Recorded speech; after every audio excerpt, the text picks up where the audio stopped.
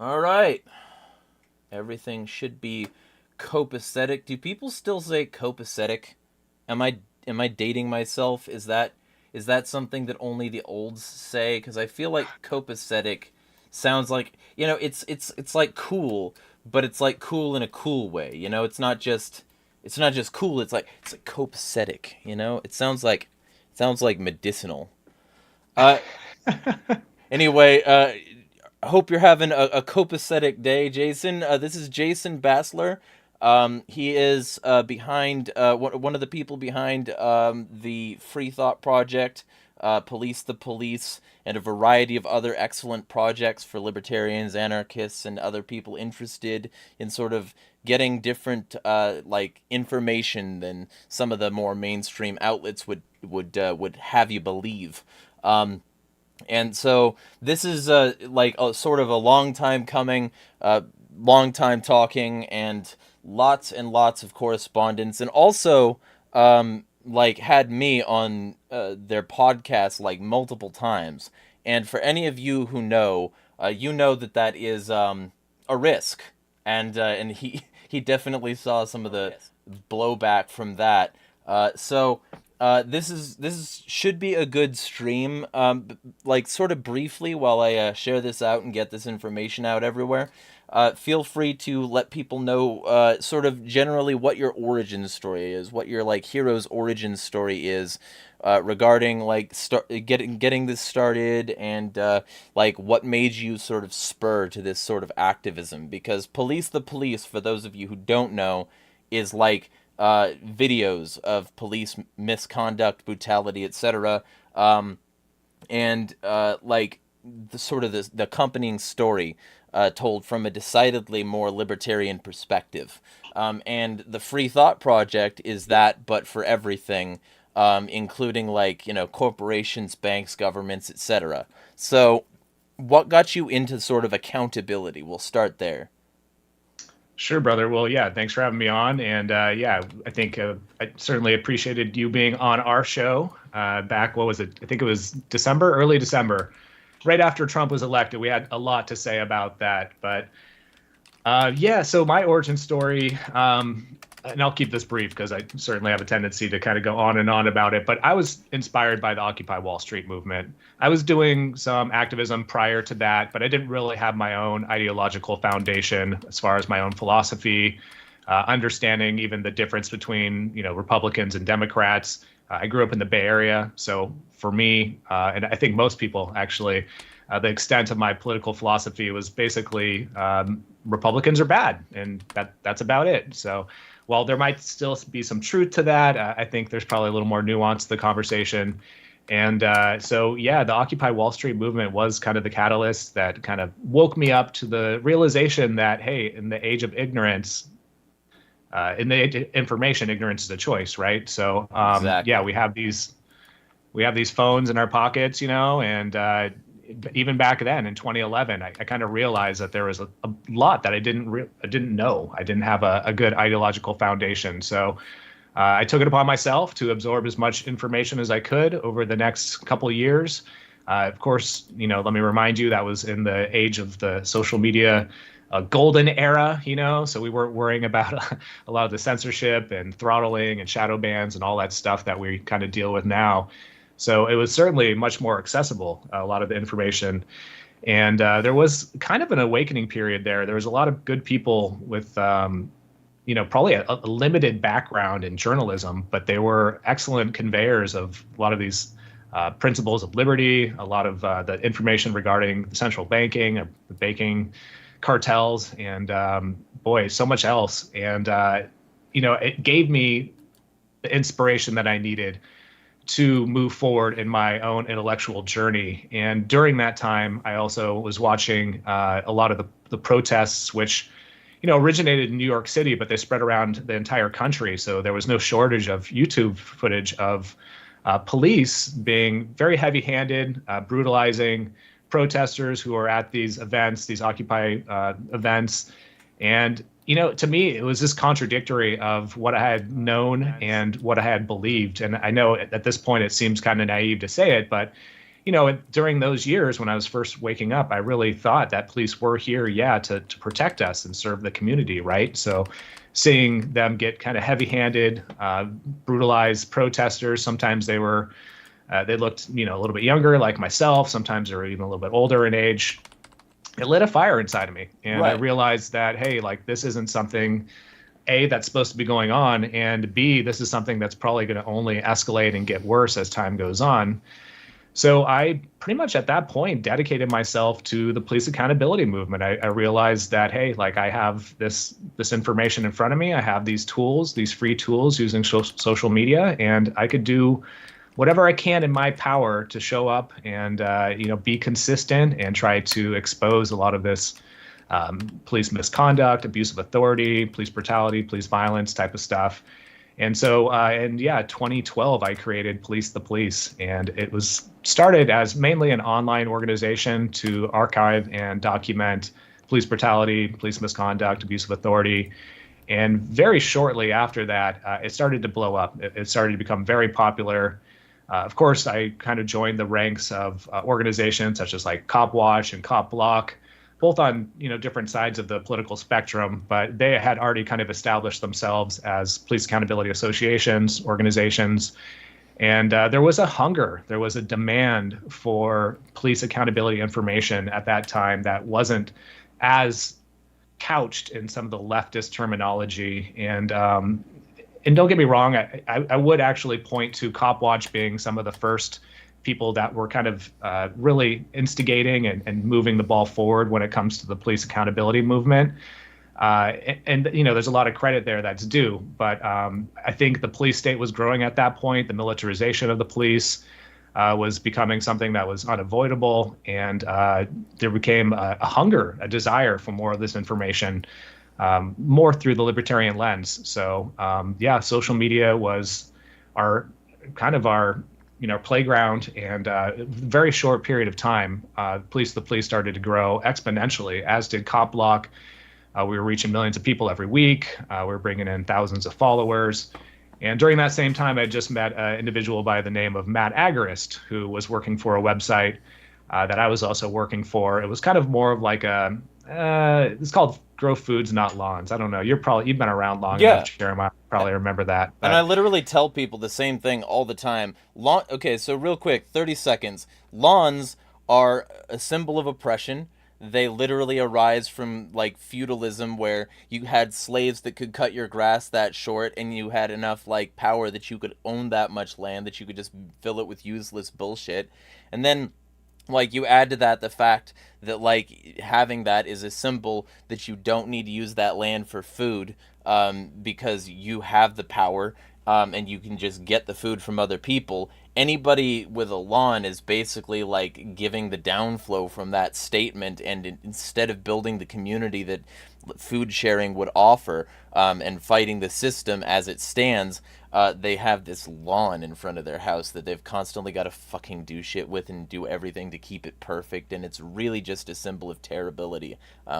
Food not lawns all the time.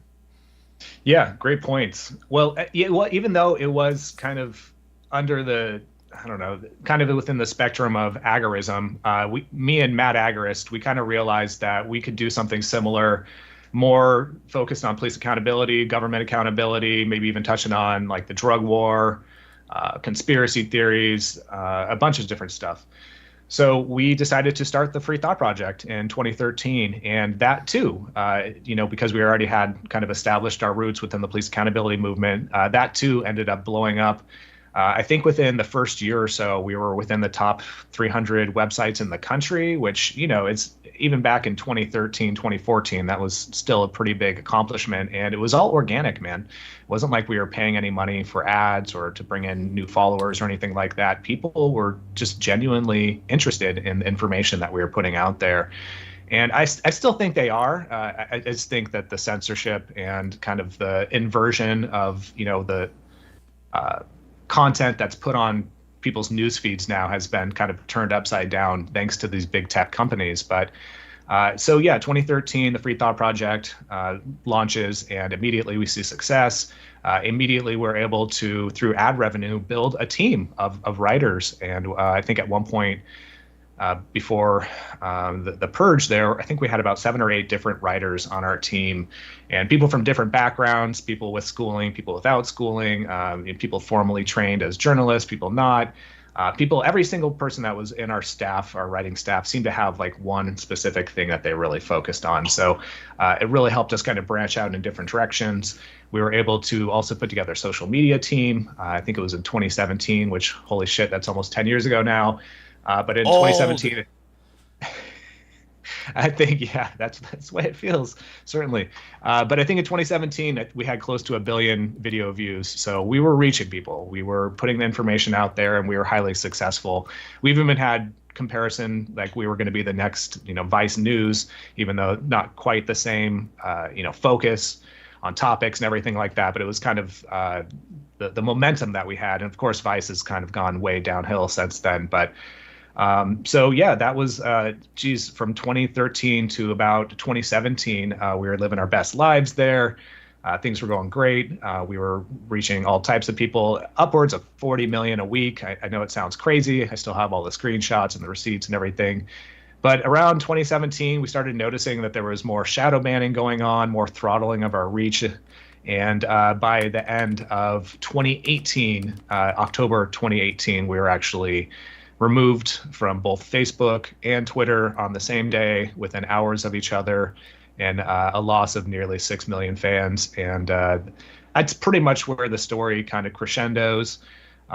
We've been, building ever since, kind of rebuilding the pages and the social media presence, but they continue to take us down, and it's just been one battle after another. But yeah, I'll just stop there because there's obviously a lot more to get into. But Well, that's kind of the actually, gist of the story. briefly, like, what was the purge related to? Because that's a valuable thing to get into. And it's not the Yeah. only purge, because that purge happened, you rebuilt, and then another purge happened, and you rebuilt. And I think this is, like, there were 2 more purges, like, after the first one.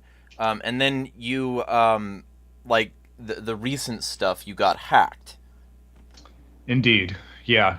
So in 2018, this was just in the beginning. This is the first like year or two after Trump's presidency. And I always point to him as being the person who kind of ushered in the whole fake news mantra and was the one who really kind of popularized that whole sentiment online. And of course, this was when we were purged just a couple weeks before the midterms. So Facebook kind of positioned themselves as if, we're doing this for election integrity. We're going to stop any type of misinformation regarding the elections. But at the same time, they also placed us in the same camp as being Russian disinformation agents. They kind of muddied the waters within the reporting, where they were saying, I think it was around 850 different pages and accounts that were taken down during that purge. Now, some of the people were just like us. They're just kind of anti-government, anti-state dissidents, anti-war. A lot of us were strictly peaceful. There was people on the left, there was people on the right, mostly libertarians. And there was also some legitimate, foreign actors that were caught up in the purge as well. So, they kind of muddied the waters by placing us all into this big basket of, bad actors.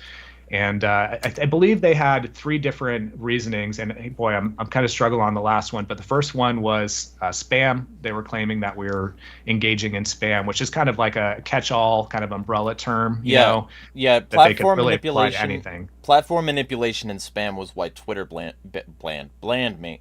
Yes, I'll just say that. Whatever, we'll stick with that. Sure. Well, it was kind of the same thing for us. It was inauthentic coordinated behavior. Was the terminology that they used. And of course, like we never even heard of that term before. It just seemed like something they pulled out of their ass, which, I'm sure they did. It sounds somewhat official. It sounds somewhat authoritative. So most of the media outlets didn't think twice about it, and they ran with it. And to be honest, actually how I found out about it was I got out of the shower, I came back, I'm looking at Google News, and I see big purge of 800 pages on Facebook.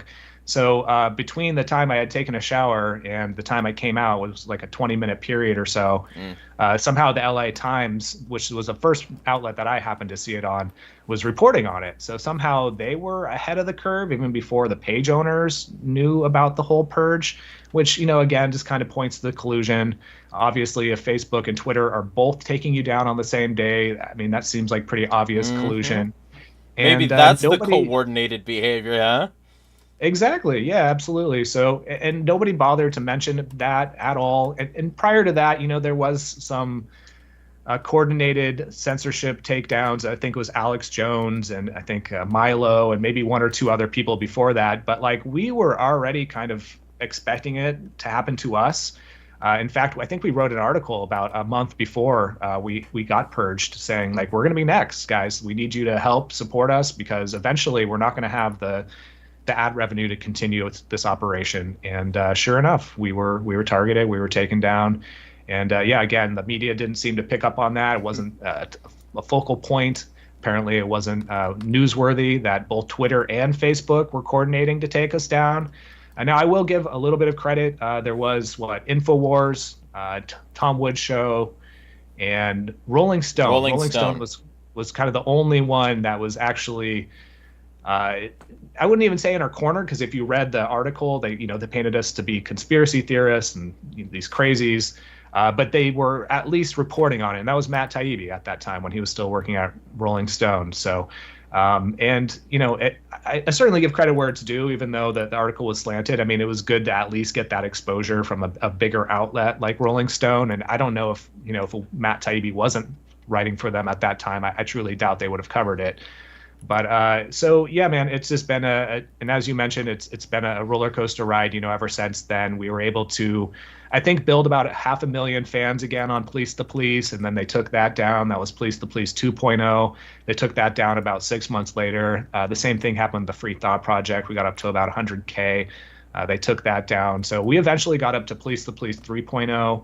And then the Free Thought Project 4.0. And we were just going to continue going 5.0, 6.0, 7.0, kind of exposing like how frequent they were, censoring us and taking down our accounts. And let me just also remind you, like, we're peaceful anti-war advocates. We're talking about non-aggression, non-violence. I mean, all these libertarian tenets and principles. And apparently that is what gets you targeted on these big tech platforms, not being some type of hate group or a terrorist organization or any of these things, when you're actually a peaceful person trying to advocate for nonviolence, peaceful solutions, that's what they target. So Yeah, well, and so let's briefly get into that. Let's talk about the most recent thing, because like the thing is, I think if anything, one of the reasons you're getting static from people at Facebook right now about restoring your page when it was objectively like, taken from you unlawfully, unreasonably, and there's no reason that this should be allowed to happen. But my conspiracy theory brain, which by the way, I always just say if somebody calls me a conspiracy theorist, it means they either don't understand science or are complimenting me, because a theory is something tested and proven. And yeah, I've done the work. I've definitely proven these. These are definitely conspiracy theories. Thank you for acknowledging my practice. But like they did that with multiple other pages. There's this page called Golden Moments that used to be like Abby Martin's page for Empire Files. There's like the old Anarchy Ball page that got similarly compromised. There's like so many of these examples where these are pages that Facebook would want to take down and is somehow silent about when these pages are taken down by totally third-party actors. So to me, this is another example of Facebook silencing y'all, because like, if I wanted to say that, oh yeah, I see that this page resembles one that we've taken down previously. That couldn't possibly be true, would it? Like, it would be a nice little way for them to be like, completely censorious without any legal liability. They could just be like, yo, you ban evaded anyway, so we don't give a fuck about you. It's that kind of mentality in my mind. That's where my conspiracy brain goes, is that if they didn't, actively participate in this process, they certainly don't have a problem with it.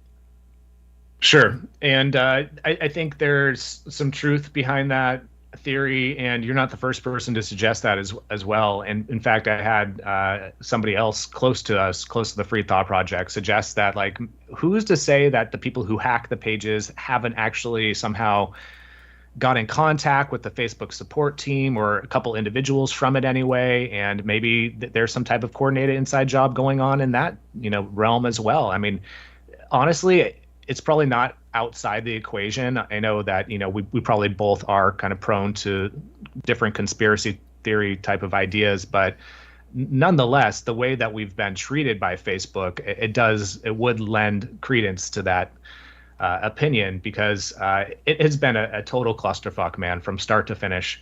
And I don't say that lightly. I've experienced Facebook user support in the past and lack thereof. And it's frustrating, but the fact that we cannot get any help regarding this has been completely detrimental to, our organization. We've already been, as you so aptly pointed out, we've already been, cut at the knees through the censorship apparatus anyway. And the fact that we're continuing to kind of go through this, it only points to the incompetence over at Facebook, and the fact that they really have no incentive to try to help out users like ourselves, the same people who've helped build the success of these platforms, because honestly, Jeremiah, let's be realistic here. If it wasn't for these various niches, different pages that have created content day in and day out for Facebook, for their pages, Facebook would be nowhere near the same size it is now.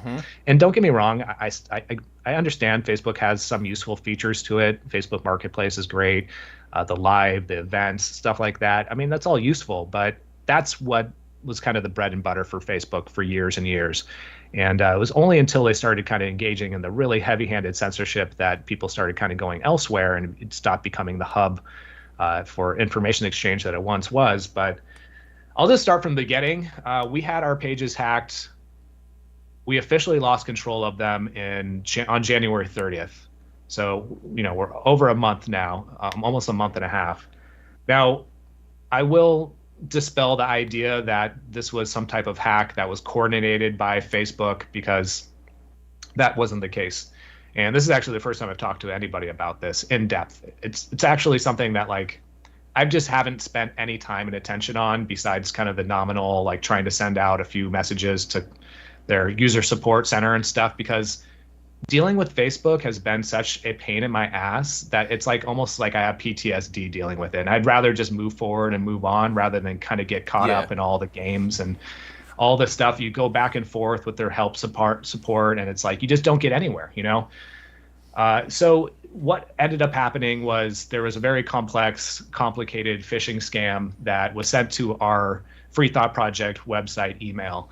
And let me just preface by saying that Matt Agorist, the gentleman I'm co-founded the Free Thought Project with, he was in the military for a handful of years. He was actually an NSA. He was in the NSA, right? So I don't know how many people know that about him, but he has some knowledge. He has some chops when it comes to being able to spot even something as benign as like a fake phishing email, right? Because most of the time they're not going to be complex enough to really get past our knowledge or whatever, right? So somehow this email scam ended up getting past Matt's initial red flag warning system, and he sent it to me. I was a little skeptical at first, but I decided to pursue it. And during that time, this was the end of January, just a couple weeks back, I was being asked to do a bunch of interviews. So one of what the email was basically was asking to do an interview with somebody. And I was like, okay, that sounds great. Like, let's do it. I even did a little bit of investigational work and looked up what the email said, where they were from. I looked up the address. It was supposed to be in Los Angeles. It all kind of checked out. I lived in Los Angeles. I was like, okay, this is kind of like a corporate kind of news center. Like, this individual could possibly have his home base there in this area. So I probably should have done more. I'm going to say that right off the bat here. I probably should have done more investigation. But when you're getting interview invites and people are asking you to be on their interviews, like you're not generally, it's not something that you think you're going to have to do is like look really deep into who's asking you, right? So we coordinate a time, coordinate a date, and then I get a call, excuse me, we set up a time to get on a call to basically set up the Facebook Live, because that was what I was told it was supposed to be. So we go in, we're doing the Facebook Live. He's like, have you ever done a Facebook Live where you and the other person are actually live at the same time? I was like, no, I've never done that before. That seems interesting. Like, that sounds like a good way for us both to grow. So basically I was being given guidance by this actor to set up a live events account through Facebook. And, you know, while I was going through everything with him, I'm thinking to myself, like, okay, this seems a little strange. I'm not familiar with this process. If he asked to give me admin or give him admin or any type of role on my pages, like, obviously I'm not going to do that. I'm smarter than that. If he's asking me to somehow include him or add him on, I'm not going to do any of that. But he asked me to verify through my email. Facebook asked me to verify through my email. And when I did that, I gave him my backup email account. And I'm guessing somehow they were already tapped into my backup email account and they had already hacked it. And so when I did that, within seconds, they basically transferred the admin roles to themselves through my business portfolio. And within, that same time, I was on the phone with this guy, even though I didn't realize it at that time. I thought I was still kind of setting up the live interview with him. Go on there the next day, and I'm like, wait a second, like, all of a sudden I'm bumped down to just an editor. I don't have the admin roles anymore.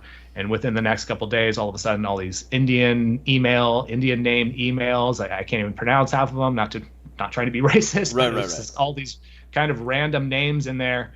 And I'm like, holy shit, like something just happened, obviously. So that was January 30th. I reach out to Matt. He's kind of blown away by disbelief. And we immediately, both of us, start reaching out to Facebook, doing everything we can to kind of get this on their radar. Now, here's the kicker, is that because I have been banned and blocked and flagged, blacklisted more or less by Facebook, every single avenue that I went to through their own resources, whether it be the support portal or whatever, I couldn't actually place any type of ticket for support, because every time I was able to go in there, fill out all the information, the part that says hit send, where you're supposed to hit send, is always grayed out. And they do this intentionally because they don't want people, quote, abusing the system, especially people who they've deemed bad actors. So I didn't actually even have an avenue for support to get a hold of these people and place this complaint that, hey, my pages have been hacked, they've been taken over, and now I'm not even an admin anymore. So Matt started to begin taking on that process. Matt hasn't been involved as much in the social media side of things. So he still had that option to do that stuff. So immediately we're getting kind of the runaround, like, okay, give us the page name, blah, blah, blah. And they basically get somebody on the phone with us, but they tell us, hey, this isn't my department. We're going to have the specialist come in. That usually takes 24 to 48 hours. And of course, the 24 to 48 hours go by. Nothing happens. We don't get contacted from anybody. So we're starting to get desperate. And we do this several times. I'm starting to get desperate. So I reach out to my insider, this gentleman, let's just say his name is Paul. He's been a great help to us over the years, just with all the trivial censorship and the shadow bans and stuff. Like, he sometimes was able to kind of reverse some of these things. So I was like, hey, Paul, look, man, I haven't hit you up in a long time, but like, this seems significant. This is important. And, you know, I don't think I've even mentioned this yet to your viewers, but the police page, one of the two pages that were taken down, or excuse me, that were hacked, had 900,000 followers. So close to 1 million followers. Our Free Thought Project had 120,000, I think, somewhere around there, 120,000 followers.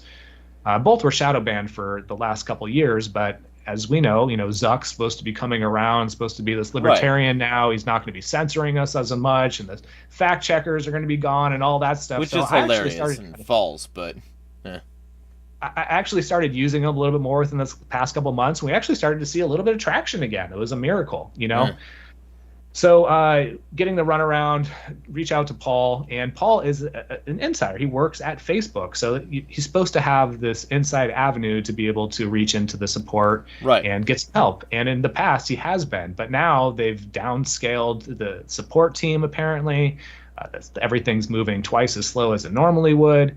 So this was in the beginning of February, and even up to just a couple of days ago, I reached out to Paul again. It's like, hey, Paul, like, is this basically just going to be like a net loss? Like, should I just go ahead and write it off as being a loss? Like, nothing's happening.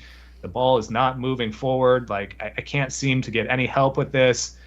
Matt now, after placing several of those support tickets, has been blocked from doing it as well. So he can no longer even place support tickets. So we're kind of in this bad position here. And Paul basically tells me more or less like, yeah, I went ahead and replaced another ticket for you. They seem to be moving abnormally slow. So at this point, Jeremiah, I'm just pretty much ready to move forward. I'm ready to just kind of write it off as a loss. Yes, that sucks. But we do have a couple smaller pages that, you know, we started a long time ago as like the Free Thought Project Uncensored, Police the Police Uncensored, just because we were trying different things to kind of get a little reach again. And once we realized that those pages weren't getting any reach, we just abandoned them at the time. But now at least I can go back to them. But the problem is we still haven't been able to get the hackers off our business portfolio for the Free Thought Project LLC. So even if I were to start using those pages again, the hackers could more or less just take them over and rename them as they have these past, the Police, and the Free Thought Project. And now they're posting nothing but spam. And it's just killing the page, it's killing the algorithms, it's killing our reputation.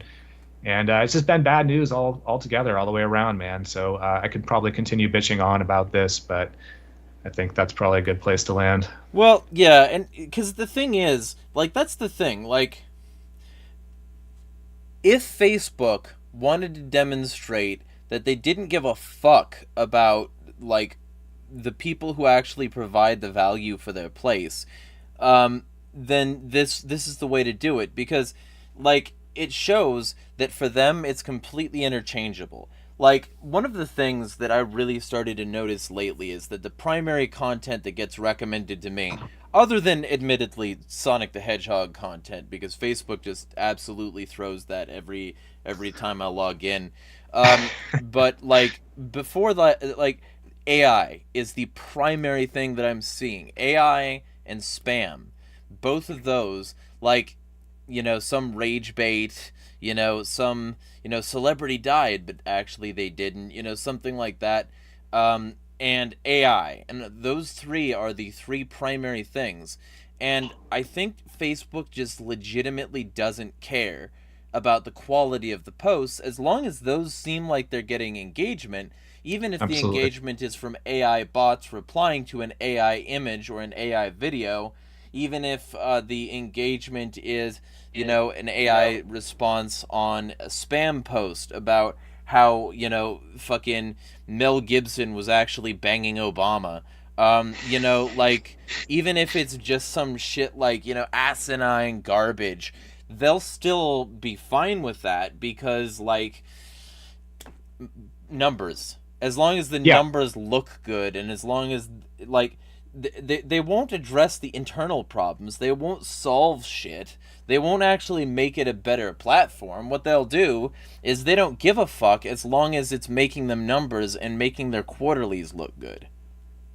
sure. I mean, well, they're competing with TikTok now, right? Too, and that's a big element of this. I mean, Facebook, you know, it has decent video reach, nowhere near, you know, the TikTok or even the Instagram Reels, and so they've been trying to kind of beef that up. And so, yeah, they're promoting a lot of these types of videos. And you know, the one I see all the time, Jeremiah, is the fighting videos outside the club or Really? wherever at the gym, bros, you know, gym bros fighting or whatever. Like I see these all the time, and you know, you would think that those are maybe closer to a violation of the community standards than somebody talking about non-aggression and, you know, anti-war, peaceful. It's just like it blows my mind how much this has kind of been turned on its head. But I think your assessment there is correct. I don't think it has anything to do with the platitudes that they kind of serve up to the public at large to kind of give themselves that white knight slash, you know, moral actor, holier than thou kind of mentality, where it's like, no, we're here to make sure that we're curating content for everybody, right? I mean, how many times have you heard that? So we're not, we're not being exclusive, we're being inclusive with the information and the posts. And I don't know, man, maybe that's more of the MO from like Facebook back in 2020, but it seems like things have certainly devolved. And it feels like, even though from what I've seen, the numbers don't match, but it feels like the momentum and the fact that Facebook is still fighting for relevancy at this point, it has a lot to do with it. It doesn't feel like it's nearly as popular as it once was. I know the Liberty community is pretty much completely removed themselves from Facebook. I mean, there might be a small outlier, band of outliers or whatever, but for the most part, I mean, it's nowhere near as popular as it once was. And once again, you make your bed and you lie in it. If you're going to censor at mass, Facebook pages and call them all, Russian collusion, there's going to be some, there's going to be some backlash there. And I think that's probably part of the reason why Twitter seems like it's much more popular now for libertarian thought and conversations. And obviously Musk coming in and kind of switching up the whole free speech rhetoric and removing the old regime has something to do with it. But yeah, they're fighting for relevancy. Facebook is. I mean, they keep telling us that they have more monthly users than they ever have, but I don't think that's from the States. I think they continue to grow in places outside of the US, and maybe that's what's making up the numbers for it, because it seems more irrelevant than ever to me. Yeah, well, so and it's a multi-tiered response, because first thing is that it's a real damn shame because Facebook offers everything for free that Twitter charges for, with like basically no exceptions. The only exception is Twitter Spaces, and if you know anything about tech, you could just get OBS and go live on Facebook anyway. Like, and Facebook is the only, and this is something that may surprise some people. Facebook is the only platform to have ever monetized me. Like, other than Twitch, and that's very recent, and like I haven't met their payout threshold yet, so I still haven't actually actively gotten paid by Twitch.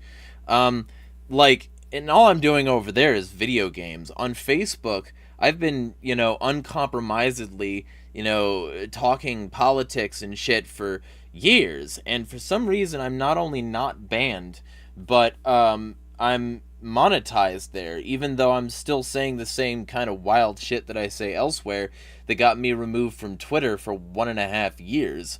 And that was under the old regime, admittedly, but like the new regime is like Linda Yaccarino of the World Economic Forum, and it was like bankrolled by Peter Thiel, and Elon Musk, two members of the PayPal mafia, and Peter Thiel is from Palantir, a massive intelligence gathering op, and also he's on the steering committee for the Bilderberg Group. So like those two things. And then Elon Musk obviously is a massive intelligence industrialist, being like, the spy satellite guy, which is the reason he gets to get away with all this stuff, among so many others, because he's got his finger on that button. And Facebook itself was an In-Q-Tel funded, like Greylock Partners, fucking Peter Thiel funded intelligence gathering op itself. It's all connected. Like, all these people are part of the same spying apparatus, trying to gather as much information voluntarily submitted about as many different people as possible for the purposes of their social engineering / political gamesmanship garbage. And so, like, it's all part of the same structure. And, like, with all that in mind, like, it's a damn shame that Facebook isn't better. Because, like, I'd like the one place that monetizes me to be a place that I can confidently tell people, yo, go here, be here, give me the money here. But I can't tell people that. I still tell people, even though Facebook is the only platform to monetize me, I still tell them, if you don't have an account, don't get one. It's not worth it. It's not worth it. You'll just be spent, like, all this time in fucking, like, worthless holes doing nothing but wasting your time. It's just such a, and so, like, with that in mind, speaking of time wastage, like, let's briefly touch on that. Let's talk about all these industrialists and how you've watched their influence grow in certain alleged libertarian circles, because the only people who I still see with any level of prominence on Facebook are the people who cucked to the authoritarian right. Those people, like being libertarian, like all these like admin pages related to like essentially far right, authoritarian right informational systems, they're not getting fucked with, but you Yeah, are. sure. Well, yeah, I mean the right-wing populist movement seems to be all the rage, and it's kind of tapping into the mainstream of America, so to a certain extent, it doesn't surprise me. And I think that's why we saw this shift from all the tech bro conglomerates as well, because it's like the writing's on the wall. I mean, they realize that there's going to be more opportunities that are advantageous to their cause than, if they weren't playing ball and Mm-hmm. simping for Trump. So, but yeah, you're absolutely right, man. And it's kind of disappointing. It's, I guess, to be expected to a certain extent. And we saw the same thing in 2016, right? But I feel like it's become more socially acceptable now to support Trump. And I think that's maybe where things have shifted a little bit, because in 2016, there was more outrage, even by libertarians, even by some of the small conservative, the small government conservatives who were a little worried about some of the fascism and cronyism that Trump was going to usher in. But now it seems like it's shifted in a number of ways, and I think part of that is just this populist movement, man. It's this mentality that like things got so bad under the liberal Democrat Biden administration that there has to be some type of kind of evening of balancing of where we're at in society in this country right now, and I feel like that alone is giving a lot of carte blanche to the MAGA movement, to Trump, and a lot of the same people who probably would have called it out in 2016 have turned a blind eye, or they're just not saying anything about it. They're not vocal about it, even if they see it happening, because they, are challenging some of that kind of social club that they're a part of, and look, I'm right there too to point out that the left had a big social club for many years. If you even said the wrong thing about I don't know, transgenderism or whatever, it's like there has to be a prescribed thought process that you have to adhere to, and if you deviate anywhere outside of that box, then you're an outlier and you're the bad guy. And so I feel like we're getting to that point too with and maybe even surpass that point where we're at right now with Trump, because as you know, I've been quite critical. I'm still asking the same questions I would have asked if Kamala was as president. I think we have to be skeptical. I think we have to be vigilant and continue to not just give these people a free pass. And seemingly at what Doge is doing and some of the stuff that Trump has implemented, it does have a veneer of legitimacy as far as trying to roll back the size and scope of government. I'm not going to deny that, but I feel like that's the illusion that too many people are running with, and they're just blindly going into this. And so the fact that you can capitalize on that, you can monetize, you can grow an audience very fast, and you'll get a bunch of retweets, you get a bunch of likes, just by kind of going along to get along with that type of mentality, with kind of some of this right-wing populist sentiment. Man, it's just so disappointing. And there's a very few of us who have kind of held true to our values, to our principles, the core set of beliefs that we know isn't going to be exchanged just for some populist leader. I mean, regardless of how great you think things are going now, it's always a morally correct position to question these people, and it's kind of gotten the pendulum has swung too far. Let's just put it that way. Yeah, well, and that's part of the thing though, is like I mean, speaking of the trans stuff, like um the the overwhelming thing for the past like couple years, like it's like maybe 3, maybe 4, has been a gradual increasing like uprising of what I would call the anti-woke grift. Yes. where, like, as long as you, for instance, say that you're against trans people, there's a certain group of people who will take you in. It doesn't Yep. matter whether or not what you're saying is true. It doesn't matter whether or not what you're saying is even reasonable. Like, these people will immediately parrot certain things, you know, and like, doing so helps them build this echo chamber.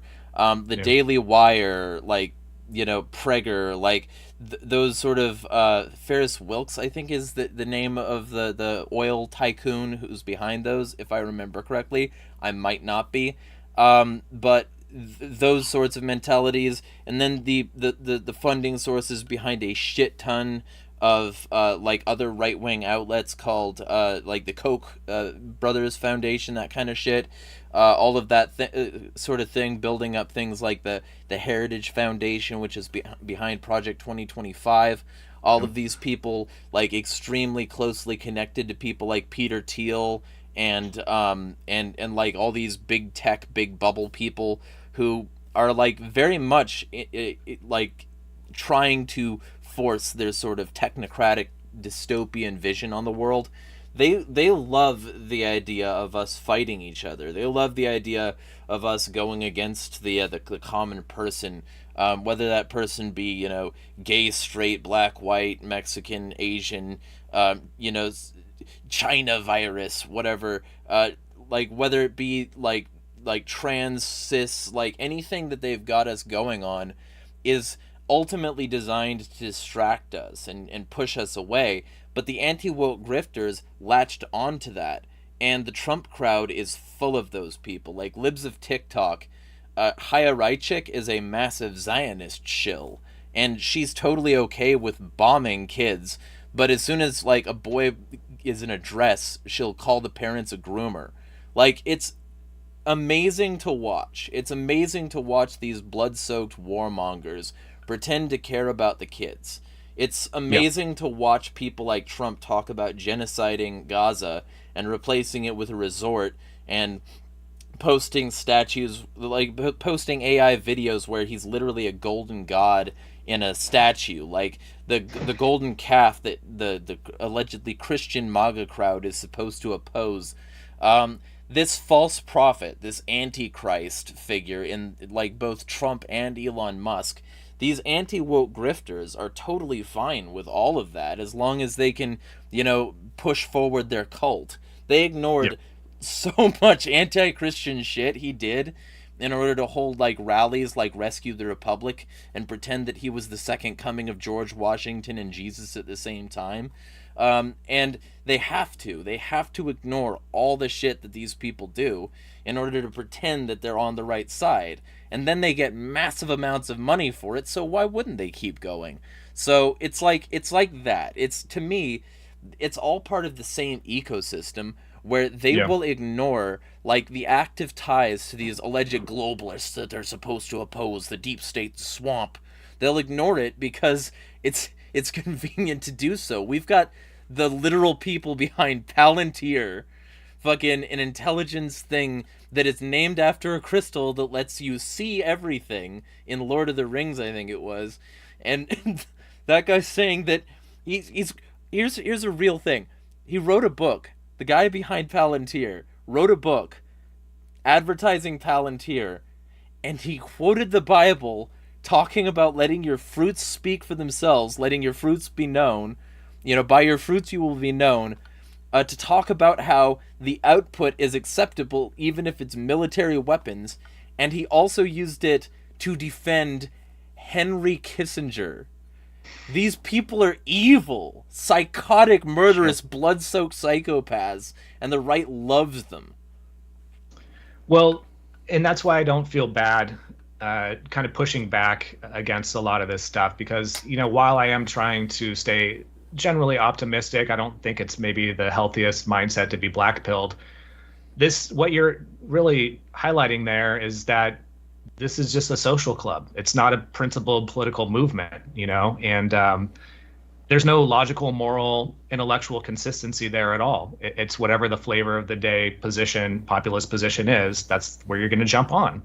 And it's a template. We were just, well, I mean, this is so expansive. There's a number of things that the Trump supporters are complete hypocrites about. I mean, they claim that they wanted free speech and they were being censored by social media, and that the First Amendment is paramount.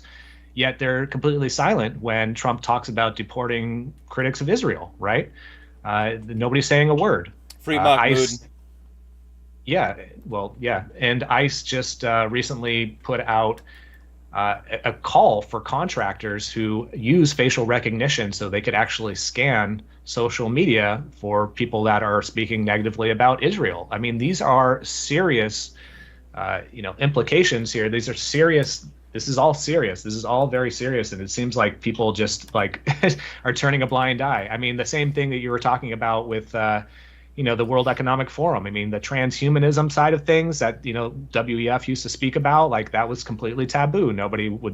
Everybody would condemn that and vilify it. But now that Elon's pushing it in various ways, the brain chip being one of them, that's completely okay. I mean, I could keep going on and on here. We're talking about law and order, right? Didn't Trump just put out a quote that said something along the lines that like the person who obeys the law or doesn't break the law is like the person that restores their country or something along those lines, right? Yeah, can't remember exactly. He who protects his country breaks no law.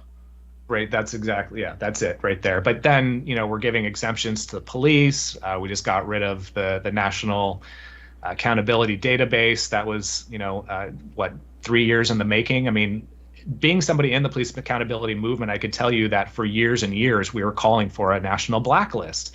It might not have been something that was publicly accessible, but it's still at least the beginning stages of something that we could point at some of these bad officers and say, look, this officer should not be allowed to move to the department down the street, which they oftentimes do. I can't tell you how many stories we covered about police breaking the law, abusing somebody, killing somebody in one city, and then moving a couple doors or a couple cities down and then, doing the same exact thing. We could talk about how they're supposed to be, pro-government pro-guns, 2A, pro-2A, yet they're, completely ignore when Trump bans the bump stocks, take the guns first, due process second. The Israel First cabinet, the fact that, they're talking about, even Doge is talking about cutting government waste, but Trump added 8.8 trillion to the debt. He's also calling for more military spending. I mean, dude, we could go on and on here. He's the father of the vaccine, even the Epstein connection. I know we were talking about that a little bit before we went live here. Mm-hmm. Just the fact that so many people could ignore his connections to Epstein. I mean, it's absolutely outrageous, man. This is supposed to be the number one offender of humanity, Jeffrey Epstein. And don't get me wrong, he was. But the right very much likes to point that out. Yet they're completely clueless to the fact that him and Trump and Epstein were good buddies, and those were his words, right? Like, we were best friends. That's what Epstein said in his own words. Yeah, it's funny because while I would like to say that Epstein is the number one offender of humanity, in fact, no. And in fact, not even like in the last 100 years was he the number one child sex abuser. But also, here's one that most people are not aware of. Or does the name Paul Schaefer ring a bell? It does, but I can't place it. So, Paul Schaefer, like for anyone who doesn't know, he was like a fucking like, I think I'm remembering the name like properly here, but I'm gonna make absolutely sure. Because it's been a bit since I've talked about this. Yeah, Paul Schaefer was a German-Chilean minister. And by minister, what it actually means is that he ran the Colonia Dignidad under Augusto Pinochet. And that was a torture and rape facility where not only was like women raped with dogs, and like torture victims soaked in piss vats, beaten brutally, either in the streets or in the actual facility itself, but also massive amounts of pedophilic rape in order to break dissenters. This was all designed to break the left under the Pinochet regime, and Augusto Pinochet endorsed this. And Paul Schaefer wasn't just new there, he was from Nazi Germany. Nazis Mm-hmm. exported a bunch of Nazis after the war. And like I wrote this article for the Free Thought Project a while back, saying all these things that the West doesn't want you to know about Nazi Germany. And one of the things is the sheer amount of those people who got out after the war, and still got their fucking shit. Like, still started lives anew elsewhere, as though they hadn't been involved in some of the most brutal and oppressive, like, bullshit ever. And Paul Schaefer worked with the regime of Augusto Pinochet, to rape children, women, and torture every men as well, of course, and torture like everybody in this facility called the Colony of Dignity, the Colonia Dignidad. And this is like this group, this people, Augusto Pinochet, he has followers in libertarian circles who like post helicopters, who post all this shit about, anything to get rid of these commies, because they're not actually libertarians, they're fascists. And that's the reality. The reality is, like, if it's somebody like Paul Schaefer, they'll pretend he never existed. They don't even want to talk about it. They'll just talk about the miracle of Chile and how, fucking Augusto Pinochet getting on IMF and World Bank loans and cucking their countries to like basically a modern day encomienda. Like, he was totally fine suppressing the press. He was totally fine doing all these purges. He was totally fine because we're getting rid of the commies. And now those same people are using the same justifications for Trump and ignoring his ties to a noted pedophile and sex trafficker with a Colonia Dignidad of his own. It's fucking evil. You know what it is, Jeremiah? I think it's just really cool to cosplay as a libertarian, and it can be perceived as being edgy. I mean, you can't be really an edgy Democrat. I mean, there is a line there in the sand where it's like, if you want to be the cool kid, then you're going to consider yourself or identify as a libertarian. And unfortunately, what I've seen happen over the past few years is, we used to share information through social media that was more focused on the principles of libertarianism, of anarchism, of agorism. And I've seen that slowly shift away to more of this like infotainment type of content that seems to be almost 100% now prevalent on social media. And don't get me wrong, I tap into that once in a while too, because if you don't, you're never going to see the light of day, right? You're never going to grow.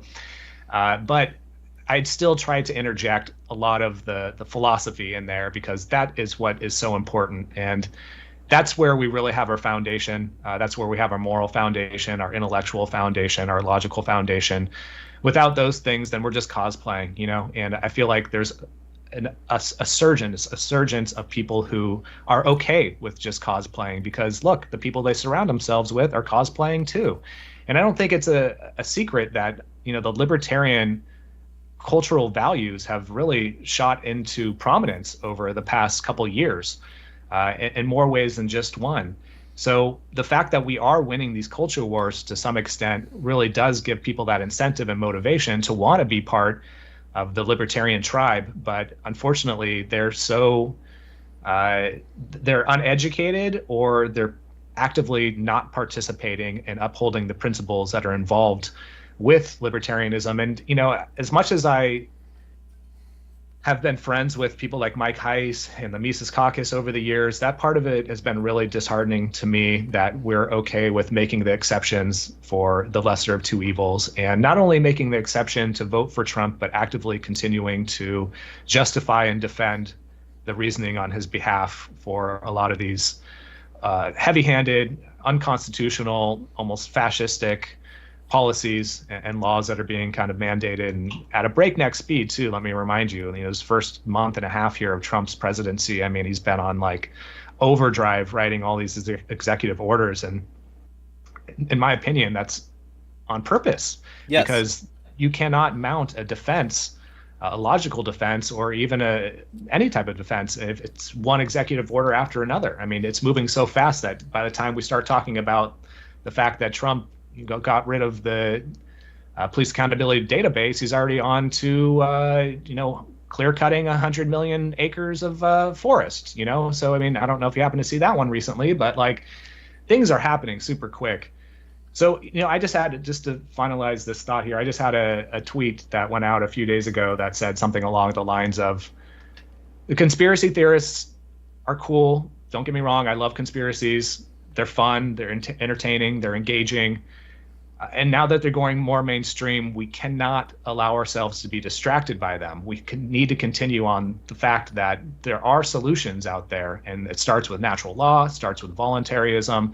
It starts with being the change that you want to see by leading by example, and I just feel like we're getting so caught up in the noise aspect of a lot of this, battling these really silly, whatever happens to be the flavor of the day, topical type of, arguments that are happening on Twitter. And there's tons of them, right? Every day there's some type of news cycle, some type of thing that we're debating. That's every time we do that, we're getting further and further away from the principles that are so important. And I try to continue to always bring that approach and that mentality that we need to kind of funnel back down to always talking about the principles and making those cool, making those popular. It's not just about the culture wars. I mean, the culture certainly is a part of it. But without kind of the guidance of the foundation of ideology and philosophy, then we're never gonna get anywhere. We're gonna be just as bad as the other side. Yeah, it's funny that you bring up the Mises Caucus, because like I got like removed from their group and blocked in every one of their main like primary pages, like and unfriended and all this, because I kept on posting against Javier Milei in their Facebook group, and Yeah. I kept on posting against him because he's also a piece of shit. And I everything I said about him was absolutely true, and I was quoting his platform or something like that.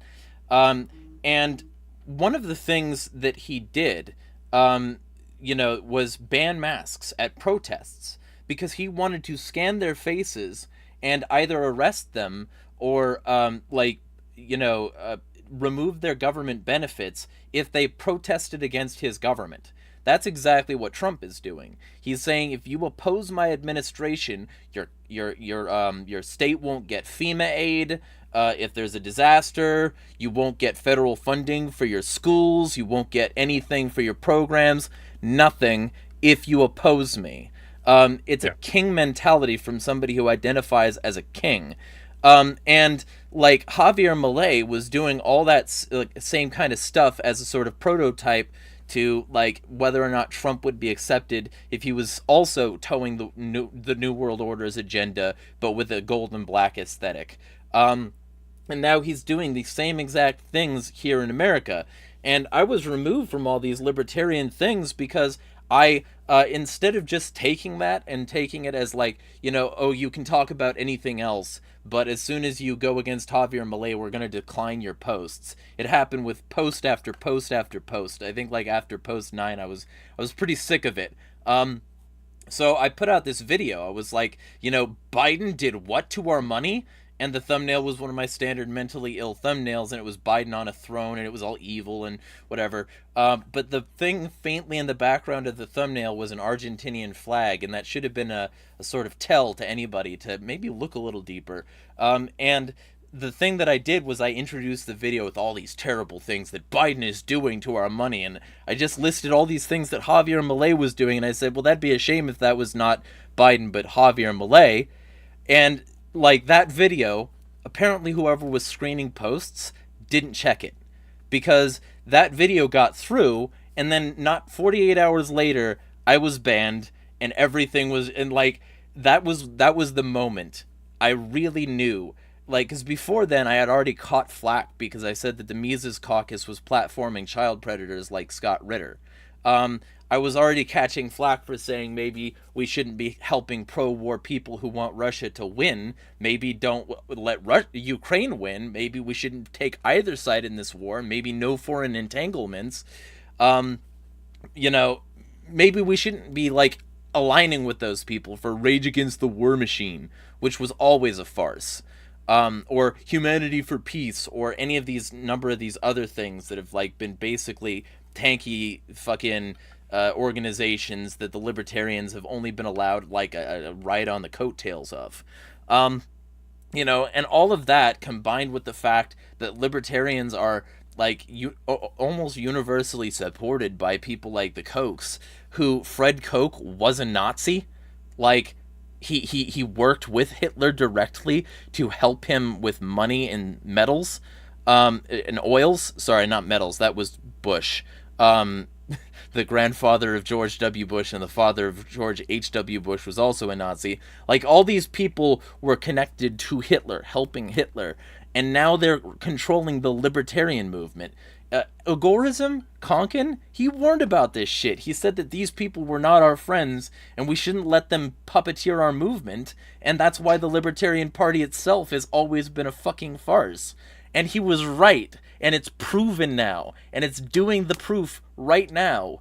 And so many of these people would rather get in on that grift and get their Nazi dollars, and so they're behaving more and more like Nazis every day, and they're still pretending to be libertarians. It's fucking pathetic. The Libertarian Party of New Hampshire just had in their official convention booklet a fucking full spread 2-page Nazi ad, including, it's 14 words, but like instead of like the future for white children, it was a future for libertarian children. That was on the right, and on the left was Liberty Plus, an organization related to Chase Rachel's and the libertarian fascist page Zeroth Position, like Matthew Reese, I think was his name, and all these people, like, and they have a Telegram channel where they're literally posting pro-Nazi sentiments and saying they didn't kill enough Jews.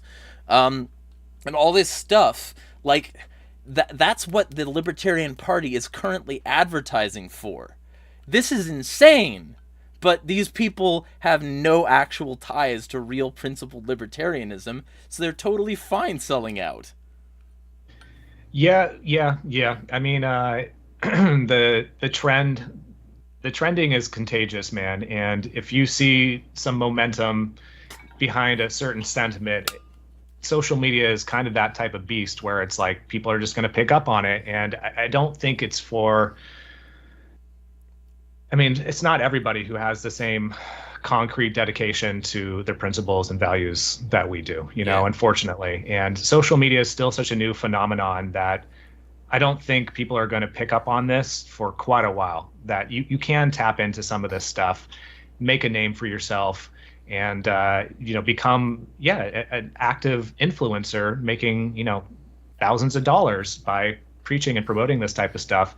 I will say that the left has a very strong contingency and base of support, and so does the right, and it's like the middle doesn't. Anybody who happens to be anarchist, libertarian, I mean, the libertarians are just barely squeaking by, even though they're the third largest political party in America. But like, if you want the support, if you want the money, you have to start moving in those directions, to the polar opposites there. And it's just unfortunate, man. I didn't even know that Chase Rachel was still doing his thing. Last time I heard from Chase Rachel, that he was hiding because he was getting so much grief and shit online. And geez, that was like 4 or 5 years ago. But that's absolutely insane. And it's really unfortunate, man.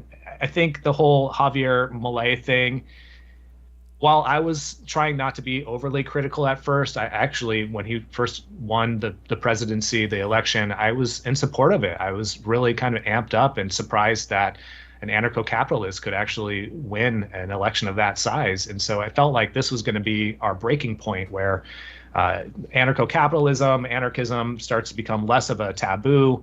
People start to become a little more educated and understanding of it. And if it was in the first few months of being hypercritical of his presidency, I could maybe understand just trying not to poison the well, not to try to justify, the Mises Caucus or their decisions or anything like that. But because there was a lot of that, I think a lot of that sentiment was coming from the left initially, just because there was anarcho-capitalist in power there. But as time goes on, we're seeing more and more, tyrannical policies being implemented, a lot of kind of the AI overlap that seems to be kind of encroaching on this country. And certainly a strong police presence, the whole like law and order kind of BS that the conservatives seem to kind of gobble up.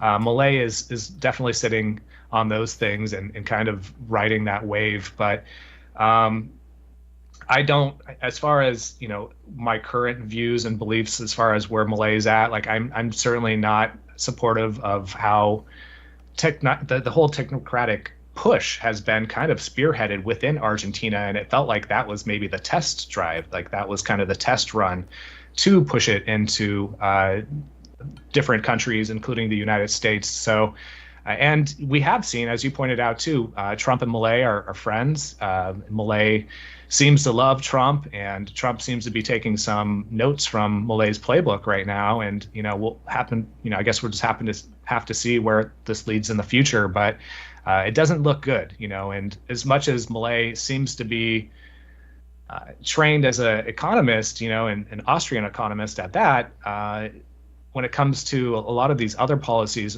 particularly involving the use of force and police and free speech and these types of things, like he's worse than some of these other dictators and tyrants that rule even more despotic countries. So it is not looking great.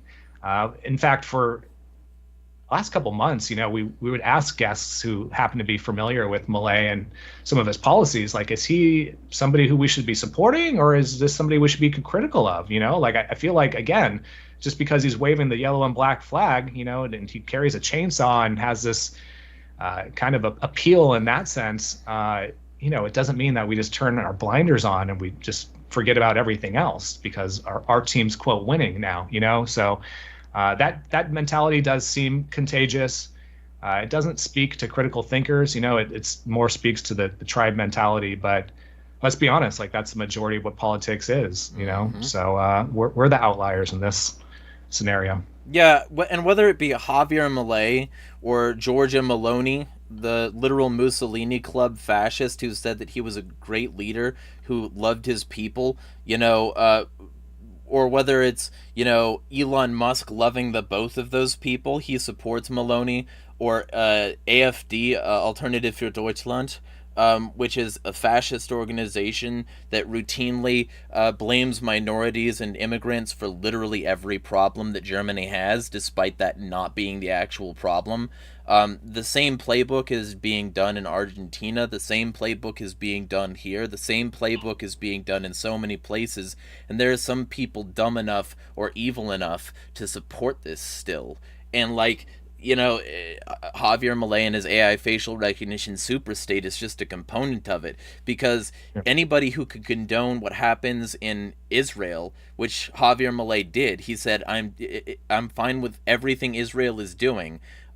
Anyone who could be like, oh yeah, I'm such a good leader because I'm opposing this massive government waste in Ukraine, but then still sit with Netanyahu and make deals about like unlimited jobs, flattening Gaza, and committing genocide by expelling Palestinians.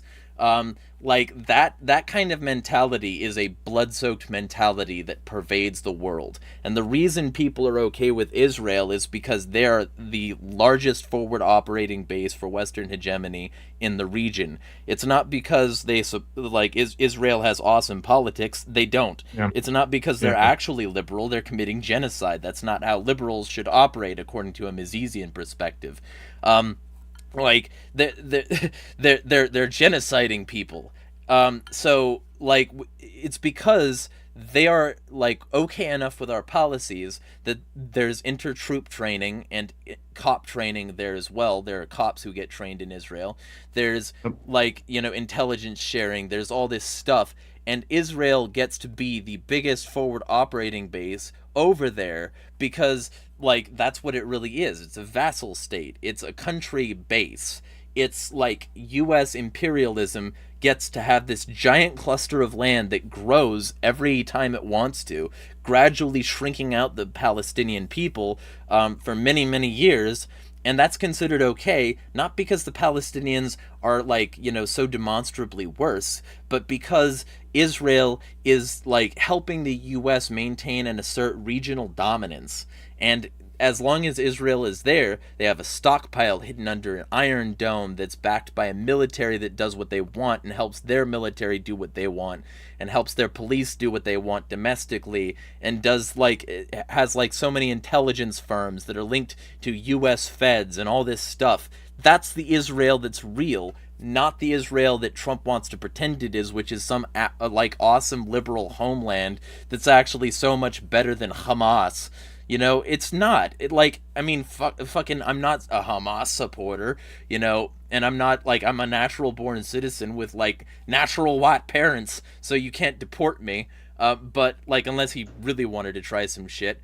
But like all this stuff, you know, like it's transparently evil, but like they want us focused on the other guy. It's always the other guy. It's some minority. It's Palestinians. It's Hamas, even though the KD is just undeniably in Israel's favor. Like the leaderboards do not lie, and they have been top in that chart. So it's like if this is the blood-soaked regime, this is the real shit that these people should be opposing if they're actually for liberty. They're not, and they're basically just here for the grift. And that's why, you know, oh, they can claim to protect children and be against groomers. They ignore all the pedophiles hiding in Israel, don't they? They can they can pretend to like be in favor of like, you know, keep them out of the country because they're not from here. But Israel can be a bunch of settler colonialists and it's totally fine. You know, it's all this stuff. It's rampant hypocrisy. Not to just pick on the Jews. I'm not just anti like Israel. It's just like there's such a transparent example. You could say the same thing about Saudi Arabia and Trump helping their genocide. You could say the same thing about the U.S. still being in Somalia. How AFRICOM should be dismantled. But like this is the real shit that they would be doing if they really wanted to get at government waste. Science and healthcare, like these things are small potatoes compared to the Pentagon. They're not going after the big targets because they are the big target. Spot on, my friend. Yeah, I mean, I don't know how much more I could really add on to that. You're absolutely right. I will say, though, that and I do have to bounce out sometime soon, but I don't know if you caught this. You probably did because you're a news hound like me. But as I was talking about the amount of executive orders that Trump had in the first month there was absolutely bananas. But one of the things that got snuck in that really nobody's talking about is he signed American Iron Dome executive order, which from what I could tell, estimates are like in the billions to create something like that, right? But yet we're still kind of cosplaying or playing around with this idea that Doge is cutting spending and cutting waste, and maybe it is, but the fact that they want to continue to increase military spending, the fact that he wants to build this unnecessary apparatus, right? Like, how often does the U.S. have to worry about ballistic missiles or any type of really attack? I mean, not to say it couldn't happen, of course it could, but like the fact that we're going to give the military industrial complex billions of dollars, not including the $500 billion that was slated for the whole AI database / mRNA cancer vaccines and the whole Stargate project, which I don't know, man. Like, I don't think that's going to be exclusively privately funded either. So we're just playing with the money machine at this point, which means we're adding more money to the national debt, which means we're just inching closer to a dollar crash. I mean, all this stuff is just, it's theater, man. It's performative. And again, like, this is my concern, is that while the right is cheering on and basically cheerleading for what the left hand's doing, they're not watching what the right hand's doing because they don't care what the right hand's doing. That's just all insignificant, fine print, minor details, which me and like, no, this is the real shit that's going on. And they're thinking that Doge is saving the world, Elon and Sam Altman apparently, and like all these Larry technocrats. Ellison. Yeah, Larry Ellison. I mean, dude, I'm sure we could spend another 20 minutes talking about just those two guys alone. And the idea that, maybe there are some, I feel like there's different factions of the MAGA movement. I feel like there's probably more of like the red pill MAGA, the people that were more conscious of the health freedom movement.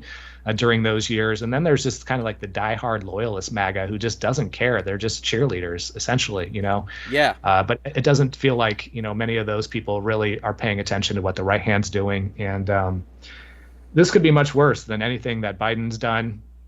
Not to mention, if Kamala did get elected, I think you made this point during a podcast, there would still be so much more outrage from these anti-government dissidents who at one point what made up a large percentage of the right, you know, but now who are these people? Like they're cheering and supporting the government now because our guys are in charge, because Elon's fixing it, because RFK is going to, you know, ban food dyes. And I mean, it's pathetic, man. I really hoped that we would be further along in the timeline of critical thinkers actually being able to think critical at this point. You know, I felt like we've done a pretty good job at the Free Thought Project, and I know your work over the years. I mean, we've both reached a lot of people, not to mention the hundreds and thousands of other great individuals and outlets doing the same work as us. But it's like, man, where have we gotten? Like, what have we accomplished? We've made some of this stuff more mainstream for sure.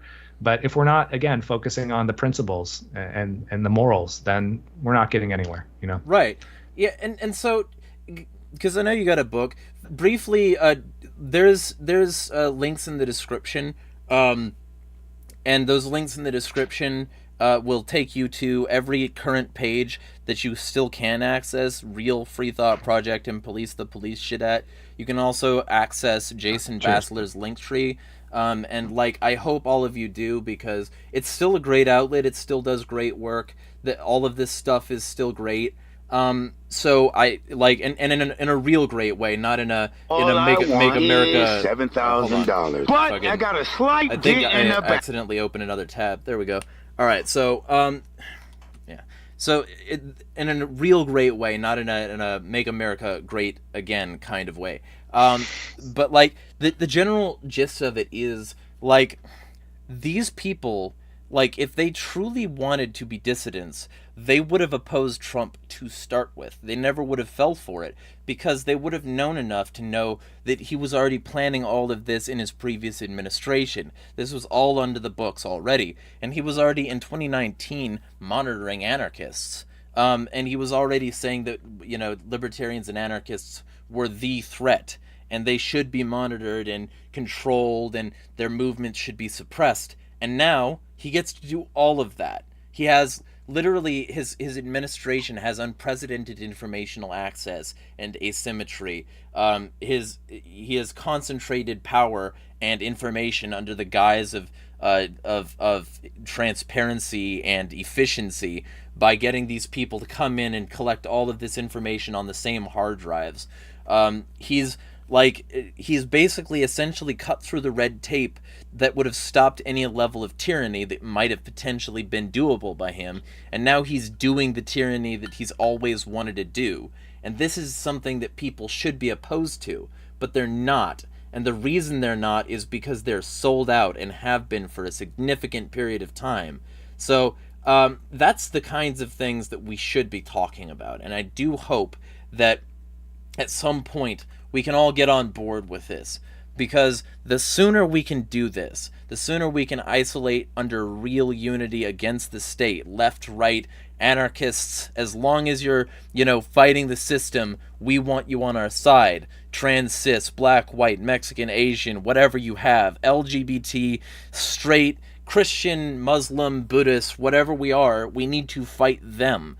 Because as long as we're like down here pointing our barrels at each other, we'll never point them upward toward the ivory towers. That's the way they want it. Ordo ab chaos, divide and conquer.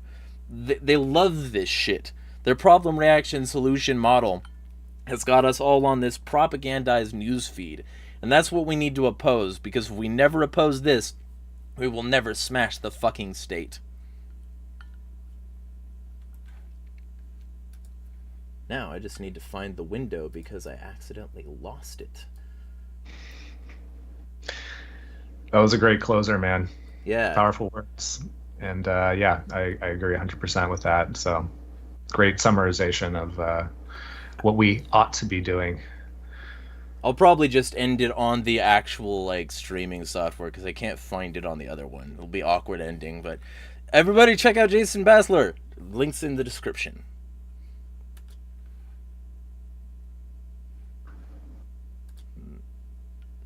Trying to get it to stop the stream. Okay.